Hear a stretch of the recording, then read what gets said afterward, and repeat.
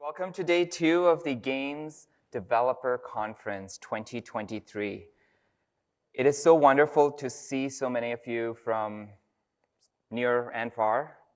I've met so many of you already on the first day, so this is great. And isn't it amazing to be in person again, to be able to meet with other folks, to attend talks and exchange ideas?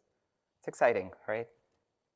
So today I have the honor of speaking and discussing something that is at the core of game development. And yet it is incredibly exciting. Welcome to the Google Developer Summit talk titled, Built for Billions, Tailored for Games, Harnessing Google to Serve Players. Before we get started, I want to acknowledge so many of my colleagues in Google Cloud who have contributed to the products and content that I'm about to present. You know who you are, and you all do such amazing work. I would like to especially thank my colleague Mark Mandel, Tech Lead for Developer Relations at Google Cloud for Games, for his help with this presentation. I am Ishan Sharma, Senior Product Manager in the Google Kubernetes Engine. We're a team within Google Cloud, and we're focused on Google Cloud for Games. I'm part of the Google Cloud for Games team, and what excites me most about my work is building a platform that powers some of the most successful global live service games. In my life before joining Google, I had the opportunity to work at large and small companies in the fields of cloud, AI, IoT, and nanotechnology. When I'm not working with my colleagues to build awesome products, you might find me hiking, exploring new cities, or teaching meditation. So over the past few years, we have witnessed games turn into true live services.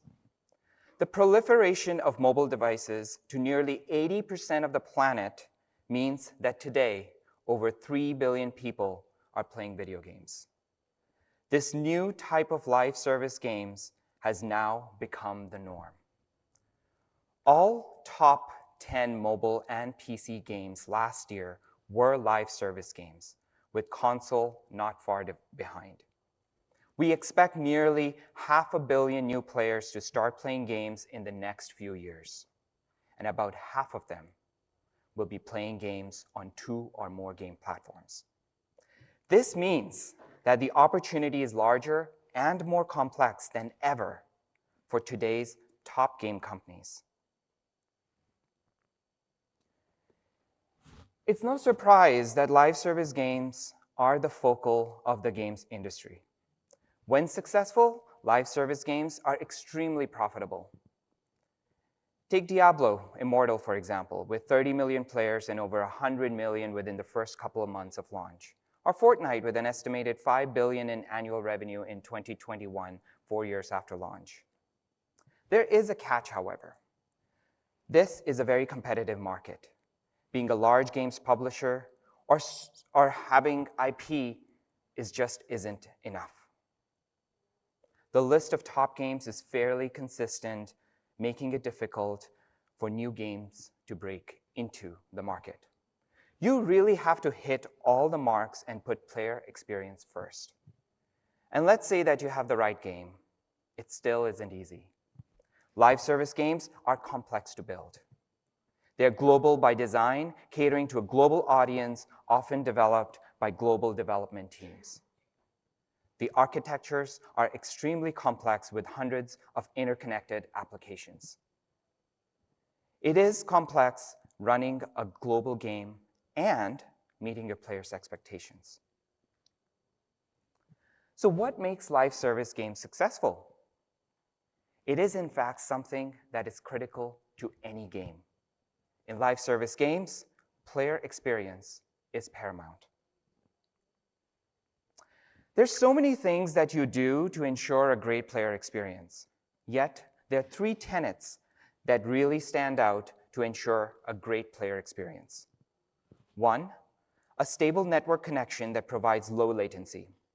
If your players are suffering from bad latency, they're going to have magic bullets and rubber banding and generally a poor experience. A game server that you can rely on. That can ensure uninterrupted game sessions. It is a terrible feeling when a player is just about to win a match and the game server just crashes right before the match can finish. Third, global availability and scale. Today's games are played on a global stage. Your players are everywhere. They can join anytime, and they expect a great experience every time, everywhere. Unavailability of game servers, latencies in matchmaking, unanticipated player traffic patterns, slow scale-up, and interruptions in gameplay can cause poor player experience, player churn, and low future adoption.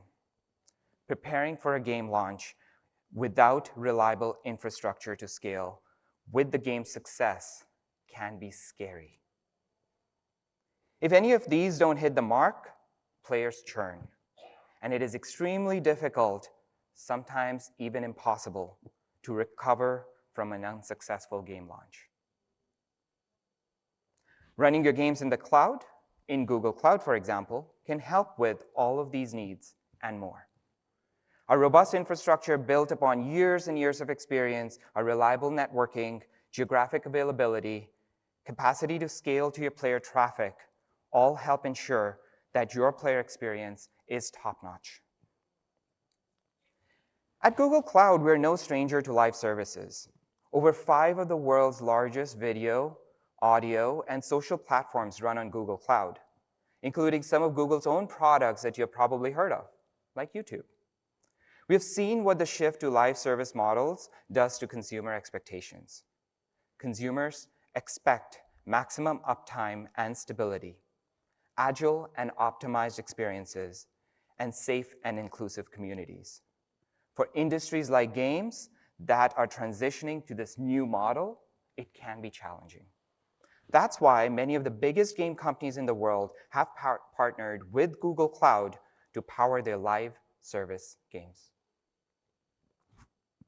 At Google Cloud, we're building an ecosystem for live games that unifies understanding and performance. We believe our solutions work best when we use together as a cohesive whole, creating something greater than the sum of its parts. We have identified 3 key use cases that are critical for powering the live service games of today and tomorrow. For each of these use cases, we have cutting-edge solutions that come together to form a powerful ecosystem for live service games.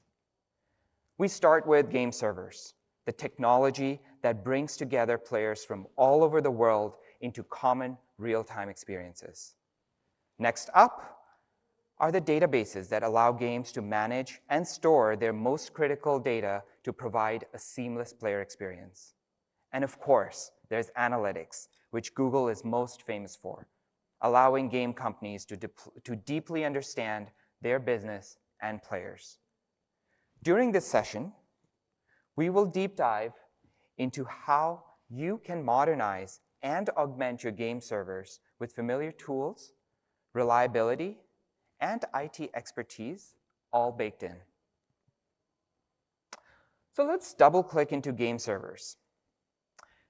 If you take a step back, and if we look back to traditional game servers running on premises, we quickly realize that there are inevitable roadblocks to providing an exceptional player experience.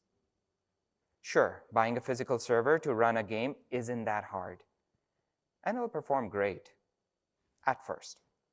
While you amortize the value of the investment, you will continue to invest in maintenance and operational costs over the years. Eventually, the servers will age out, increasing the chances for failure. This leaves you with running your players on old hardware that's prone to more failure. But I can solve for that, Ishan. No biggie. What else you got? All right. What about scaling to new markets? Where do I need these servers? What if I'm wrong in my initial estimates? What if I think Indonesia is going to be big, but Brazil sees huge adoption? How fast can I redeploy my servers?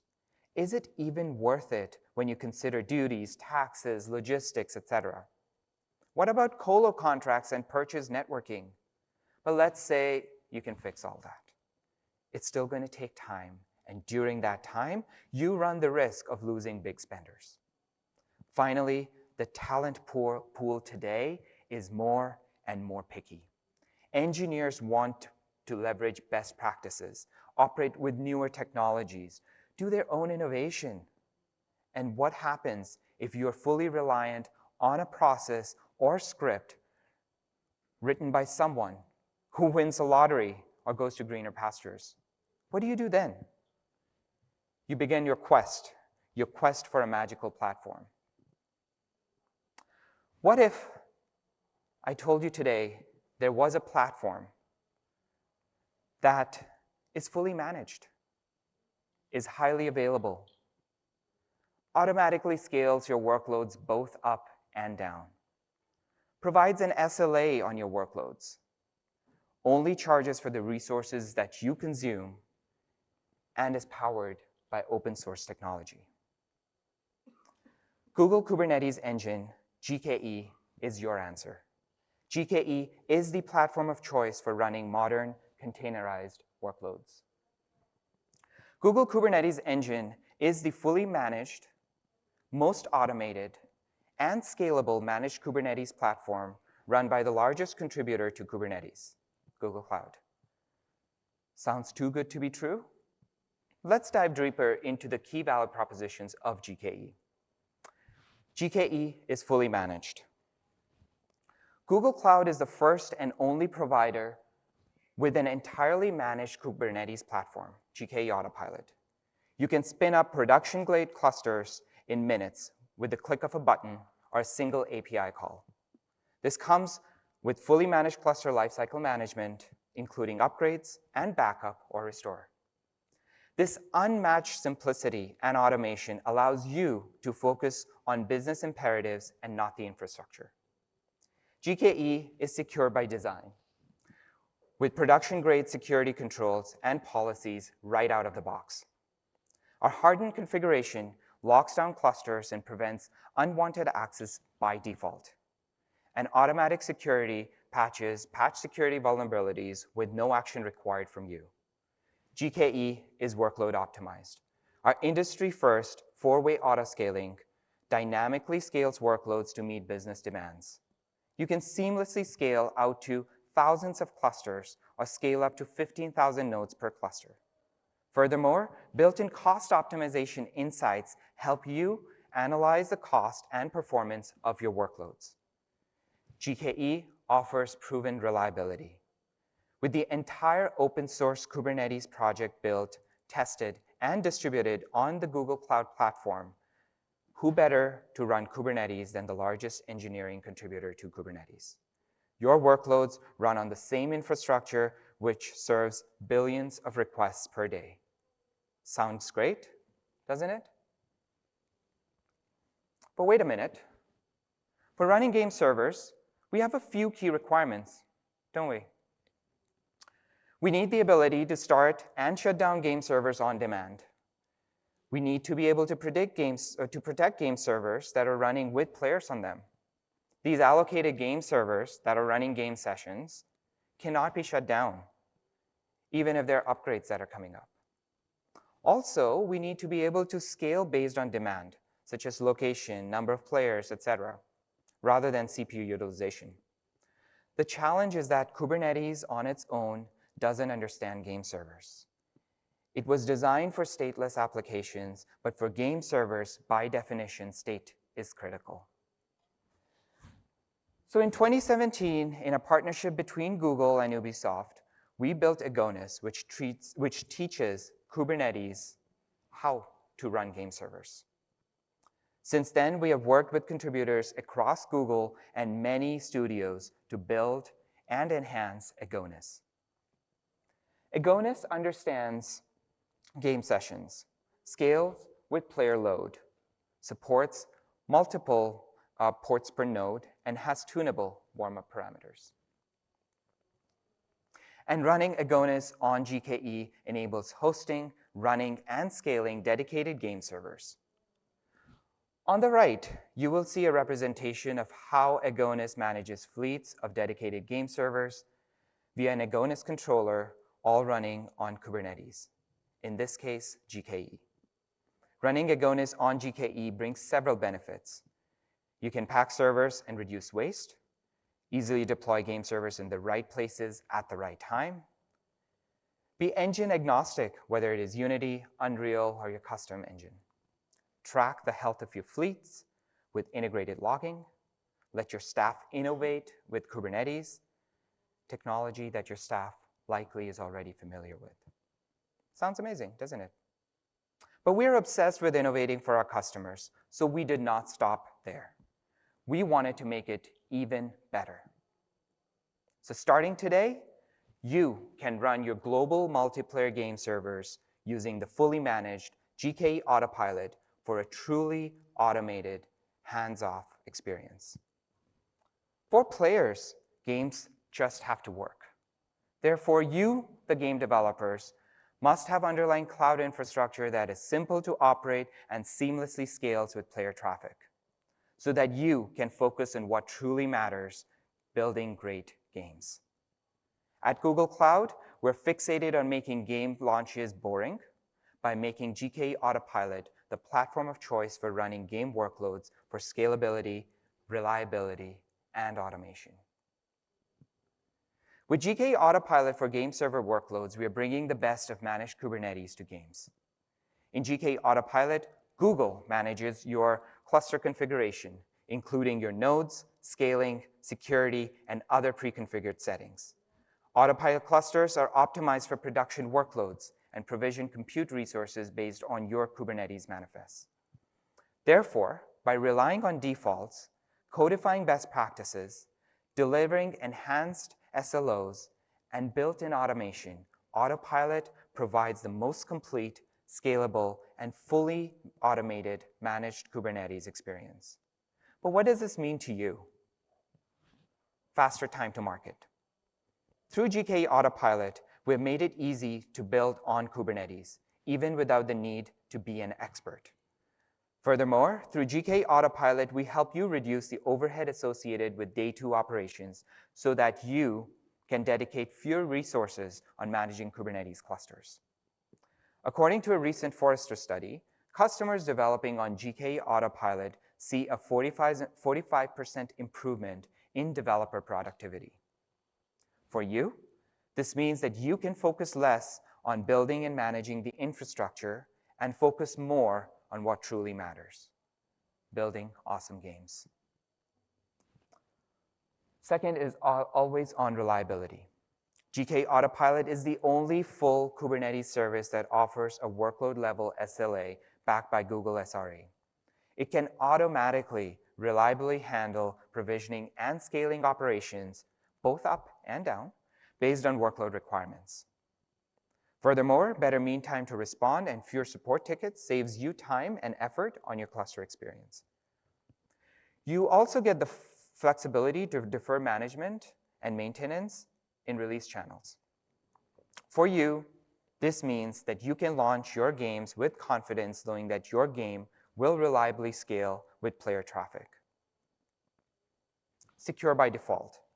In GK Autopilot, by relying on defaults and codifying best practices, we minimize the attack surface through defense in-depth approach.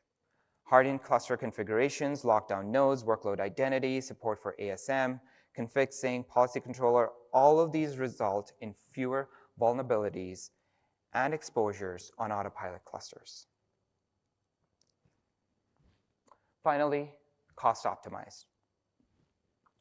You pay only for the game server pods. We'll talk about this a little later, but has automated efficiency, pod pricing, and maximized utilization, which helps in reducing operational cost. According to the Forrester study, up to 85% reduction in operational cost was observed by running on GK Autopilot. So running your game workloads on GK Autopilot offers you full control, full freedom, and impeccable integration. But fully managed doesn't mean vendor lock-in. Some game companies on Google Cloud run their game clusters on fleets that span across regions, on premises, or on other cloud providers. Since Agonis is open source and GK Autopilot is based on Kubernetes, which is open source, When serving your games with GK Autopilot, you don't have to sacrifice portability or flexibility. Better yet, Google Cloud continues to be the largest contributor to both Agonis and Kubernetes projects, allowing you to leverage our expertise and help define the roadmap to serve the next generation of games. By running on GK Autopilot, you will enjoy the benefits of fully managed. However, you know this better than anyone.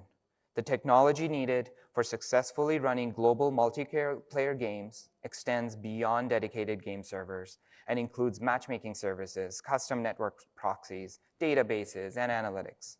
When running game servers on GK Autopilot, these integrations are easy. For example, you can use OpenMatch on GK Autopilot to run Matchmaker with your dedicated game servers, or manage player data with Cloud Spanner. You know what? I can speak all day about the benefits of running game servers on Autopilot, but there's nothing like hearing from one of our customers. Very recently, our customer, DNA, tested out game servers on GK Autopilot, and they had positive reviews. They shared, GK Autopilot is helping us scale our game servers and our team without scaling our costs. It is always heartwarming to see that our products are making a difference for our customers. Now comes the part that I'm really excited about, and I imagine a lot of you are waiting for. At Google Cloud, we're obsessed with powering everlasting love for your game. And we love games. So we built a global scale game demo. What can be better than testing out our own technology for a real-world, global scale, multiplayer game? We wanted to build something that is educational, a large-scale demo with multiple integrated Google Cloud products. It is built on Unreal Engine 5, uses GK Autopilot for dedicated game servers, and game backend microservices. It uses OpenMatch for matchmaking, Cloud Spanner for player in-game data, Cloud Deploy for continuous delivery, and Anthos Service Mesh for multi-region allocation. On the right side, you will see a gameplay screenshot from our global game demo. So here's the architecture diagram, starting with player clients on the left. We have clusters in multiple Google Cloud regions, though here I've only shown US Central 1 and Europe West 1 on this image. The front end runs on GKE, more on that later, feeding into the profile service and the OpenMatch components. Profile service connects to globally replicated Cloud Spanner, and the match director connects via Anthos Service Mesh to Agonis allocator services running on regional GKE Autopilot Agonis clusters. Of course, Agonis game servers are running on GK Autopilot as well. So let's explore some user journeys. As a game developer, I want to run and automatically scale my dedicated game server fleets on the cloud. GK game servers on GKE Autopilot is the answer. It is easy. Create a GKE Autopilot cluster with create-auto, install Agonis, and run this YAML. By using Agonis Fleet Autoscaler with GK Autopilot, your global game server, the entire fleet can scale automatically and dynamically as players flow in and out of your games. Basically, you can set it and forget it. As we see in the cartoon illustration below, with traditional Kubernetes, this scaling requires resources and time for planning, right-sizing, bin packing. You might over-provision node pools much earlier in anticipation of scale-up and keep those node pools running longer before scaling down. All of this costs money. In the cartoon, in traditional Kubernetes, you have to pay for unused capacity. You have to pay for game servers, Kubernetes system, the OS, all of that. But with Autopilot, you pay for game servers only. You pay for the pods.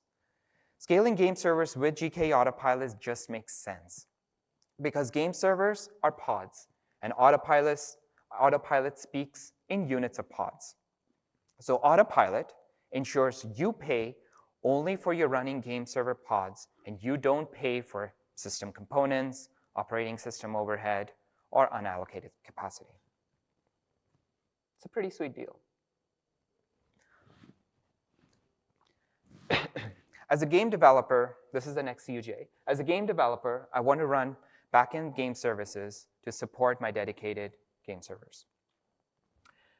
Now, my colleague Mark Mandel will walk you through how we can run the backend services in our game.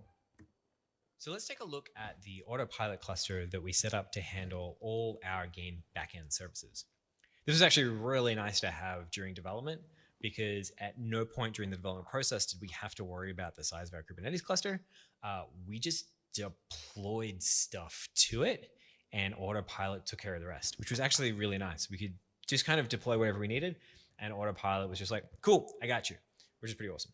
So let me take you through each of the services and just kind of highlight a few of the interesting qualities of each of them so you can have a sense of some of the stuff that we did. So the first thing that the game client is going to talk to is our front-end service. All communication goes through the front end. If I actually click through on the console here, you can actually see, yep, that's the only public address you're going to see throughout the project. All information goes through here. Everything else is internal. So front end handles our authentication. People log in using their Google OAuth, and then all communications are sent through or checked against that authentication token that you've received. So front end, once they've connected to the front end, the next thing they're going to talk to is the profile service. This is our service that talks to our spanner database. Its job is to store profile data and any other in-game data that we want to have attached to that profile. Just to prove to you that it is a private service, you can see here it's not exposed publicly. We don't allow that. But yeah, that's pretty much it. It's a pretty simple REST web service, but it's important that that profile information is able to scale. So Spanner is a winner there. Now, the next fun thing that happens is we actually have this ping discovery service that the front end talks to. The job of that is actually to introspect the project and look to see what ping endpoints that are going to usually spins up that it can then tell clients, hey, there's a latency ping endpoint in this region, there's one in this region, there's one in another region. And the way the ping discovery service does that is actually looking at the front-end rules for basically within the Google Cloud project, collates them all, and hands them over to the front end to hand back over to the client. So it can basically be like, here's an IP that I can send a UDP packet to, and it's going to send that back. I want to show you one cool thing that I think is actually kind of nice. If I actually look down at the pod, we have a look at its YAML, you will notice there's this service account that is right here. Now, what is nice is we're actually using workload identity to be able to give this pod the access control it needs to be able to query Google Cloud REST APIs and be able to pull out this information. So we create a service account that matches to this inside the Kubernetes cluster. We tied that to a service account that lives inside Google Cloud, and that service account that lives inside Google Cloud has the appropriate permissions to be able to query forwarding rules, which otherwise it wouldn't be able to do. So workload identity is great because you don't have to export any service keys. We handle all that transport for you, so you don't have to worry about that, where to store them, what to do with them, anything like that. So I think that's actually kind of neat. So ping discovery will turn a list of regions plus the locations for those latency measurement services, the ping services essentially, so that then they can take that information. The client can query all those, grab all the latency information for all the regions where we have game servers, and then send that all up to the front end, which is going to send that all into our matchmaker OpenMatch. Now, I'm not going to go through all of these. These are all the components that exist within OpenMatch, but there are two that are custom. So first of all, we have this match function, basically a gRPC service. What its job is to say, how many players have I got in my match queue? I've got 3. Cool. Let's look to make sure that those 3 are close by to each other. If they are, based on that latency information we sent, put them together, send them to a game. Good. Lastly, let's talk about the OpenMatch director. The director's job is to do the integration between OpenMatch, once it has that group of players to play a game, and sending out that information to Organize to say, hey, I need a game server from this particular region because I have players who want to play a game. Now, each individual cluster has what's called an allocation service. It's a REST API that says, give me a game server and mark it as allocated, which we'll talk about in another demo.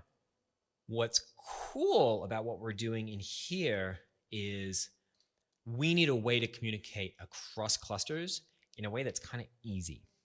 So here we're using Anthos Service Mesh. So Anthos Service Mesh means that we can have communications via a DNS entry, basically local to this cluster, that can go multi-cluster. Now, once that's set up across all the clusters that need it, for any pod that needs to either communicate out to multiple clusters or receive information across multiple clusters, it's as simple as adding this label here. Once we've done that, this director can now be like, hey, on this DNS entry, go ask me for an allocation. And then ASM and Istio behind the scenes do all the work to make sure that that communication happens cross-cluster. Honestly, I don't even know what happens. It's kind of cool. I just throw the label on and I'm good to go, which makes me very, very, very happy. Cool. So that pretty much gives you an overview of all the major components that are in our backend services. Like I said, it all runs on autopilot using Anthos service mesh as well as an integration with a spanner database. And it's been really great. Everything's been running really smoothly. And we haven't really had to worry about any of the infrastructure needs of our Kubernetes cluster. Autopilot takes care of it for us. Awesome. Back to you, Ishan. Thank you, Mark. So let's jump into our next user journey. As a game developer, I want my global matchmaker to allocate and send player traffic to a dedicated game server on any of my globally distributed clusters.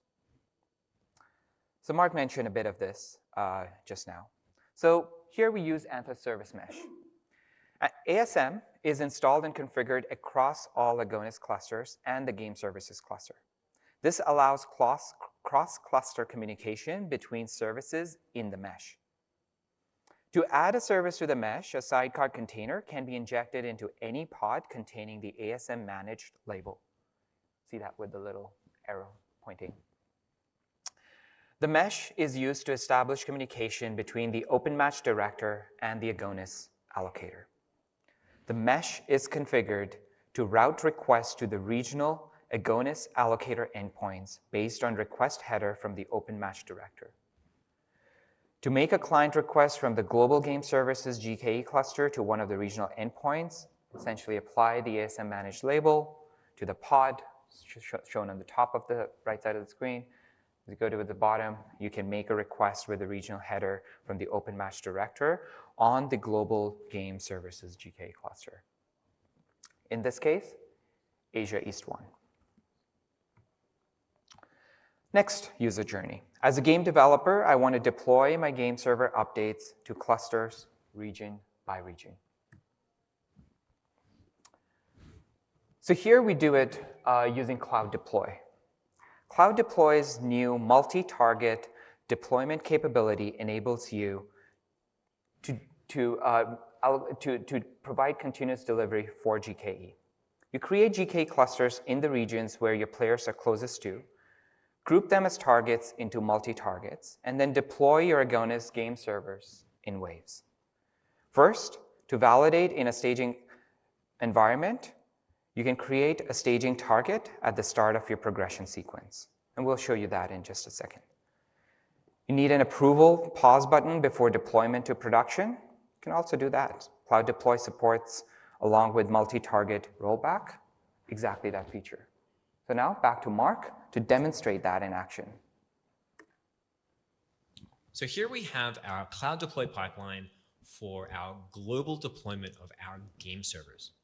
We've set this up so we can sequentially deploy from Asia to Europe to US Central, because that's the order we want to be able to test in based on population size and some other things that we like to be able to test with.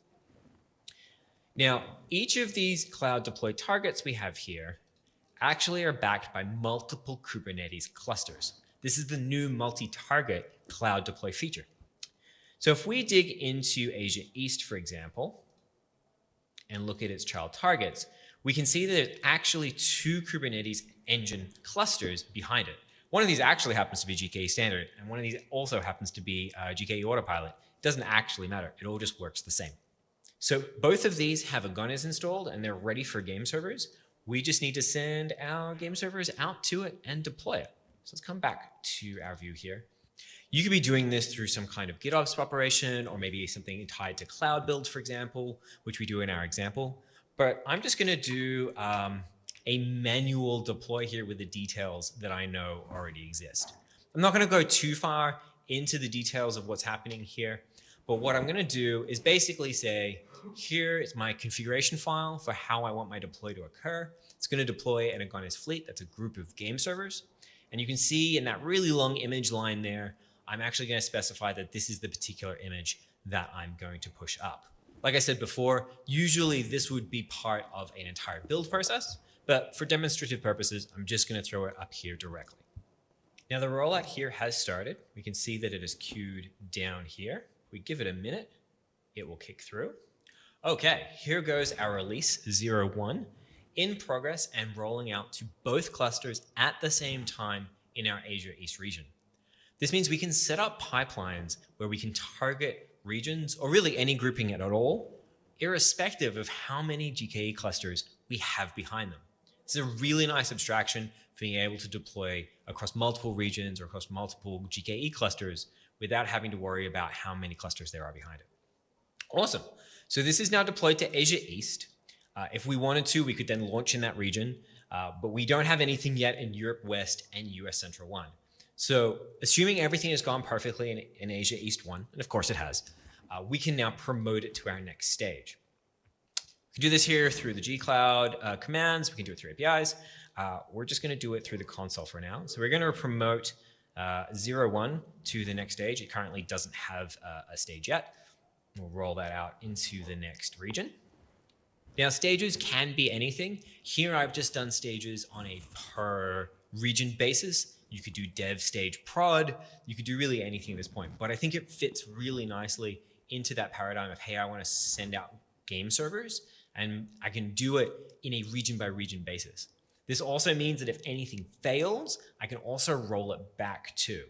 Wonderful. That all went ahead. I'm going to promote it up to US Central as well. Promote. Yes, I do want to promote the release to US Central.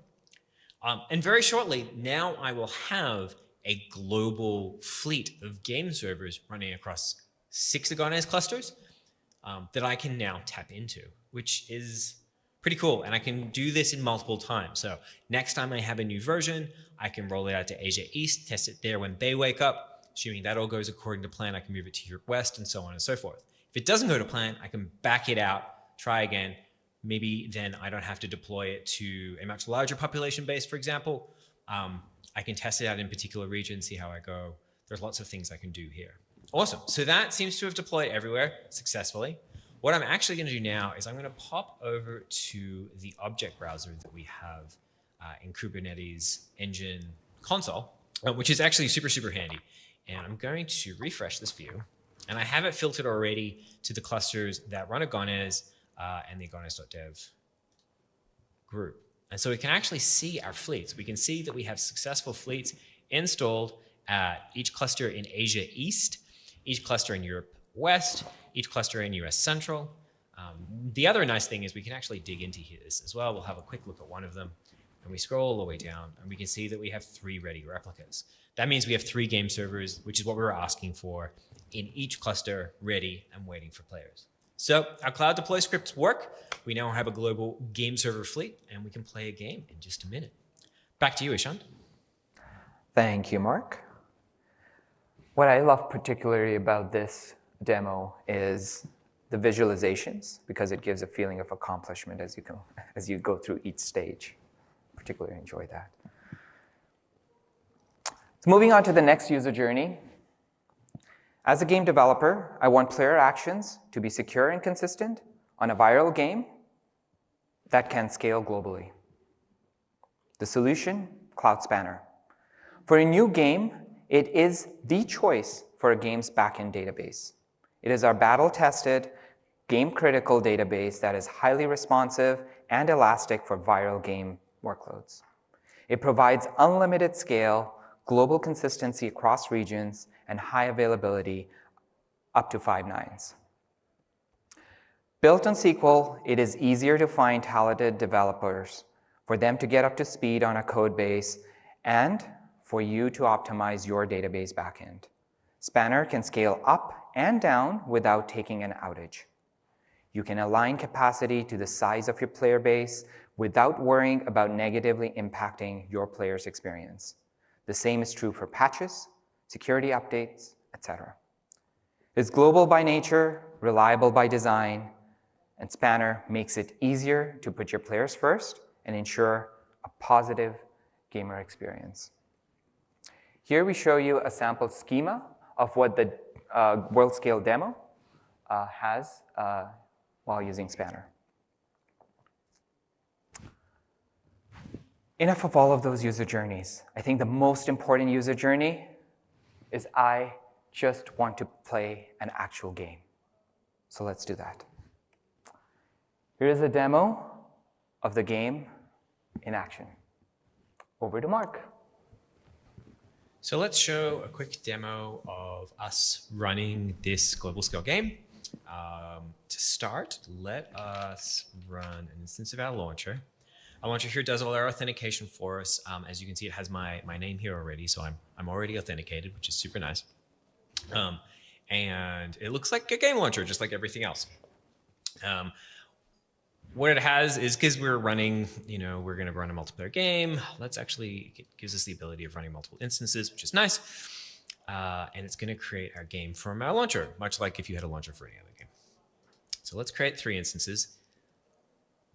We'll do that real quick. Boom, 1, 2, 3. Beautiful. So we can have 3 people playing this game.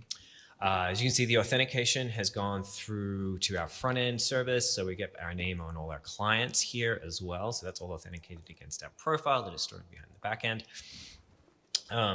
And we're going to click play an online match to connect to our front end, which is authenticated, which will then connect to our open match instance, which is waiting for our 3 players to all connect. And it is going to match them into a game while looking at latency information and connecting us to a game server that is closest to us. All right, and that's all worked. So we've got the 3 players here. I'm in the top right-hand corner. You can see me there. I'm just going to start shooting some stuff. I'm going to fly around a little so you can see me moving in some of the other screens. And you see me playing this game. Game runs for about 30 seconds. I'm winning because there are no other players other than me, and I am awesome. But you can see we're playing in our Unreal game. It's connected to our game server that is running on our Kubernetes cluster that is probably running on one of the US ones because that is closest. And the game is now finished. I won because I'm amazing. But now this will actually shut down the game server that we were playing on and allow it so that there is a new game server for those other players to play a game. So let's just quit this really quickly. As you can see, that all worked. And we'll go back in time a little bit and have a look at those game servers in action. If we pop open our terminal here and have a look at the cluster that we were connecting to, we can actually see things in action as the game is being played. So we're going to do a watch on the game servers that are currently running on this cluster. When we set this up, we set up 3 game servers here. You can see they're all ready and available and waiting for players. And when the game server session spins up, what we'll actually see is one of those move to allocated. If you haven't used Agones before, allocated is the very special state that basically says, hey, this game server has players on it, so please don't delete it. We just want to let our players play their game. So as you remember, the game was about 30 seconds long. And since we're playing with time, let's speed that up a little bit. And we'll see that when the game server is finished with the game, that 30 seconds is over, a game server shuts down, which it just did there. We just saw it happen. And it goes away. That's how the game server is set up. And a new one immediately replaces it. And very shortly, we'll move into a ready state. There it goes. And it is ready for more players to play a game. Now, in this particular instance, what we've done is actually just had a static set of game servers. We've got 3 here. You could have 10 or 100. We could auto-scale this as well, and we probably will do in future improvements to the project. But this gives you a sense of how these game server fleets work, how we move from allocated to ready, how new ones get replaced, and new players can play a game. So we can just continuously keep playing games of Droid Shooter for as long as we like, because it's an amazing game. Awesome. Back to you, Ishan. Thank you, Mark. So, exciting game. We built it all from scratch, and it runs on Google Cloud. So here are some links for you to start running your games on GK Autopilot. You can learn more about Google Cloud for Games. Check out GK Autopilot. Have the link to the Agones project. And also, here's a link to the global game demo if you want to check it out. Also, a couple of us are here from the GK Games and XR team here at GDC. If you'd like to meet with us, we have Zach and Iftak here in the audience, so we'll be up at the end of this talk at the front, so come speak with us or email us at g2x@google.com or reach out to me on LinkedIn, Twitter. I'd like to thank you so much for joining us for this talk. Hopefully this was exciting. Hopefully I was able to convey my enthusiasm about what we're doing for game workloads, and hopefully got you as excited about it as well. Thank you. And you can come up and ask us questions or just chat with us. Thank you.